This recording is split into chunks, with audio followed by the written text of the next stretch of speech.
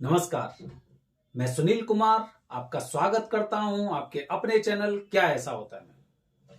दोस्तों, हमारे मन में काफी बार कुछ ऐसी चीजें चलती हैं कि जिसका हमें कहीं एक जवाब ऐसा नहीं मिलता जिससे हम संतुष्ट होते हैं। जैसे कि काफी लोग मेरे पास फोन आते हैं तो काफी लोग बताते हैं कि उन गुरुजी ने बताया कि कुंडली में काल सर्प दोष नहीं है। दूसरे गुरुजी बता रहे हैं कि कुंडली में काल सर्प दोष है। मैं केवल दो बात कर रहा हूं, एक पक्ष में एक विपक्ष में। वो कितने भी लोग पक्ष में हो सकते हैं, कितने भी लोग विपक्ष में हो सकते हैं। तो आपके मन में, बल्कि हर किसी के मन में एक संदेह उत्पन्न होता है, पता नहीं काल सर्प दोष है या नहीं है। अगर है तो मैं इसकी शांति करा लूं, अगर नहीं है तो पता चला कोई नुकसान हो गया, तो कुछ समस्या हुई, तो राहु केतु की पूजा है। इस तरह से हमारे मन में कुछ सवाल उत्पन्न होते हैं। तो दोस्तों, आज मैं अपने वीडियो के माध्यम से आपको ये पूरी जानकारी दे रहा हूं। बस आप सभी लोगों से एक निवेदन है, मेरी जानकारी अगर आपको अच्छी लगती है तो कमेंट बॉक्स में हर हर महादेव जरूर लिखें। और कुछ जो आपके जो साथ के लोग हैं, आपके नेटवर्क के लोग हैं, उनको ऐसी वीडियो अवश्य भेजें, जिससे कि हो सकता है कोई एक इंसान ऐसा हो जिसे वाकई में इस कहते हैं ना, इस जानकारी की आवश्यकता हो। तो दोस्तों, किसे करनी चाहिए काल सर्प दोष की पूजा, मतलब राहु केतु की शांति किसे करनी चाहिए, या फिर राहु केतु की पूजा किसे करनी चाहिए। एक उदाहरण दे रहा हूं, सबसे सटीक उदाहरण, और निश्चित रूप से इस उदाहरण के जरिए से आप समझ जाएंगे जो मैं कहना चाहता हूं और जो आपको करना चाहिए। ठीक है। अच्छा दोस्तों, जैसे कि हमारे जीवन में कुछ हमारे मित्र भी होते हैं, कुछ हमारे शत्रु भी होते हैं। मित्र की हम लोग परवाह नहीं करते, क्योंकि मित्र हमें बहुत अच्छी तरह से समझता है। छोटी मोटी चीजें भी ऐसी हो जाती हैं जिसे वो नजरअंदाज कर देता है। शत्रु के लिए हमें पूरी प्लानिंग रखनी पड़ती है, कहीं ये मुझे वहां पे धोखा ना दे दे, कहीं वहां पे मेरे साथ कुछ गलत कार्य ना कर दे। हर किसी के दिमाग में पुरानी फिल्में भी देखी होंगी, वो इसका इलाका, ये इसका इलाका, उधर जाते हैं तो एकदम रोंगटे से खड़े हो जाते हैं, पूरी एकदम तैयारी के साथ जाते हैं। क्यों? क्योंकि वो शत्रु का स्थान है, वो दुश्मन है, वो मेरे साथ कुछ भी कर सकता है, यहां तक कि वो मुझे मार भी सकता है। लेकिन दोस्त ऐसा नहीं करेंगे। इसी तरह से दोस्तों, जो हमारी कुंडली होती है, किसी इंसान की कुंडली हो, उसमें 9 ग्रह होते हैं। नवग्रह, इसीलिए उन्हें नवग्रह बोला जाता है।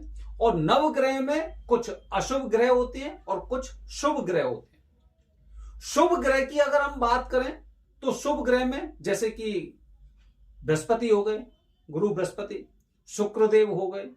ठीक है, इस तरह से ये हमारे शुभ ग्रह होते हैं। चंद्र हो गए, शुक्र हो गए, ये हमारे शुभ ग्रह होते हैं। तो इनके लिए हम क्या उपाय करते हैं कि भाई सूर्य नारायण को अर्घ दो, या बृहस्पति अगर किसी का कमजोर है तो हम क्या करेंगे कि जब भगवान विष्णु की पूजा करिए ठीक है, या फिर गाय को गुड़ खिलाइए, चने की दाल खिलाइए, इस तरह के उपाय करते हैं। क्योंकि हमें पता है ये शुभ ग्रह, ये हमारी छोटी से छोटी युति से भी प्रसन्न हो जाएंगे, बस हमें थोड़ा सा नियम का पालन करना है। लेकिन जो अशुभ ग्रह होते हैं, अशुभ ग्रहों की बात करूं तो राहु, केतु, शनिदेव, हमेशा हमें अपने जीवन में इनसे समस्या रहती है। आपकी कुंडली में जो 12 घर हैं, वहां पर राहु बैठा हुआ, उसी के अनुसार आपका नेचर होगा। जहां पर केतु बैठा हुआ है, वहां पर आपके अनुसार, मतलब उनके अनुसार आपके जीवन में ऐसी समस्याएं सी चलती रहेंगी। शनि भी आपके जीवन में जिंदगी को, जीवन को प्रभावित कर देते हैं। तो इसीलिए जब कुंडली में हम जानते हैं कि कुंडली में हमारी में कुछ अशुभ ग्रह होते हैं, तो हमें सबसे पहले ये जानना चाहिए कि कौन सा ग्रह कितना अशुभ है। सबसे पहले ये तो पता चले कि कितना अशुभ है, और कितने अशुभ का प्रभाव हमें पता चलता है कुंडली से, कि कुंडली में राहु लग्न में बैठे हुए हैं, दूसरे भाव में बैठे हुए हैं, चतुर्थ भाव में बैठे हुए हैं, या फिर सप्तम भाव में बैठे हुए हैं। उसी के अनुसार उनकी प्रतिक्रिया होगी। प्रथम भाव में बैठे हुए हैं तो इंसान खुद अपने लिए ही परेशानी पैदा करता है, नशे का ज्यादा सेवन करता है। द्वितीय भाव में होता है तो द्वितीय भाव में जैसे आप जानते हैं, अच्छी तरह से जानते होंगे, जब पिछले मैंने अपनी वीडियो के माध्यम से आपको बताया कि धन का नाश करने वाला होगा। चतुर्थ भाव में होगा तो माता से संबंध खराब होंगे, घर वाहन वगैरह इस तरह की समस्याओं में इसे परेशानी मिलेगी।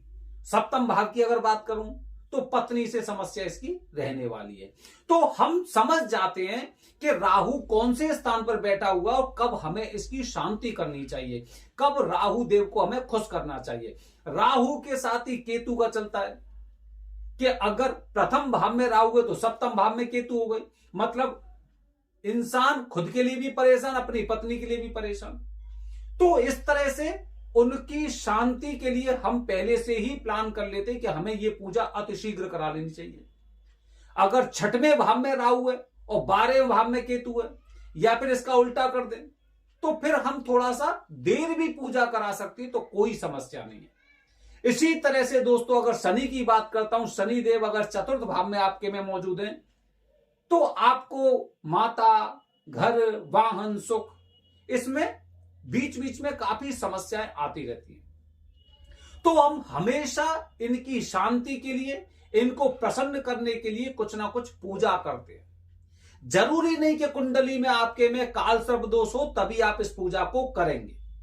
राहु अगर चतुर्थ भाव में बैठे हुए तो माता से संबंध, घर परिवार में तनाव, इस तरह की चीजें चलती हैं।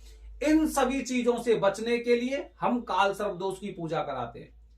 राहु चतुर्थ भाव में, राहु दूसरे भाव में, काल सर्प दोष नहीं है, फिर भी हमें ये पूजा करनी चाहिए। इसी तरह से अगर शनिदेव है, शनिदेव अगर अपने घर को छोड़कर अगर अपने शत्रु के घर में बैठे हुए हैं तो उसी तरह के वो परिणाम देंगे।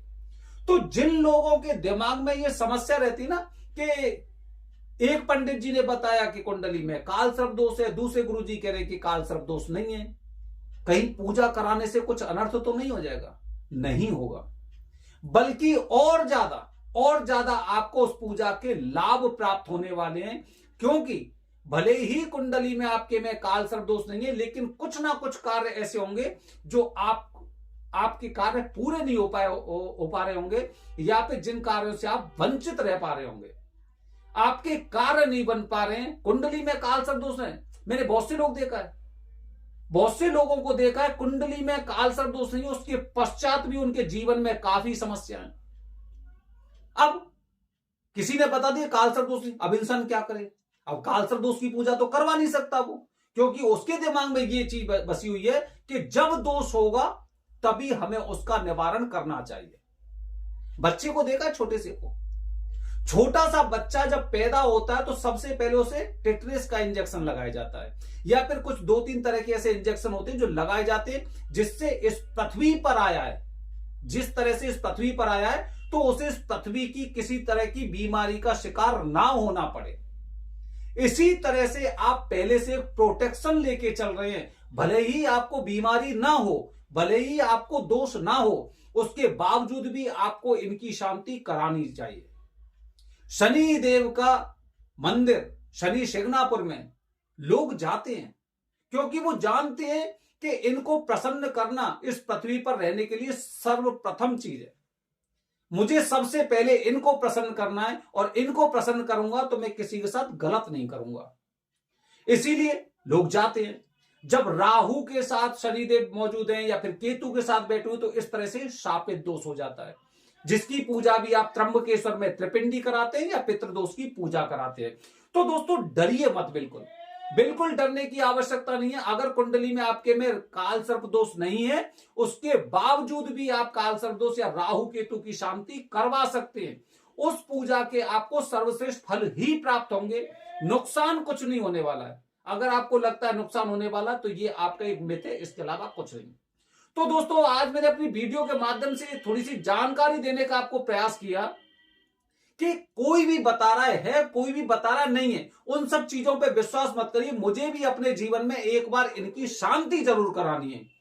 देवता भी तो खुश होंगे, देखो मैंने इसे कष्ट नहीं दिया, उससे पहले मेरे दरवाजे पर आ गया, मुझे प्रसन्न कर रहा है, तो वो आपको जीवन भर में कष्ट नहीं देंगे।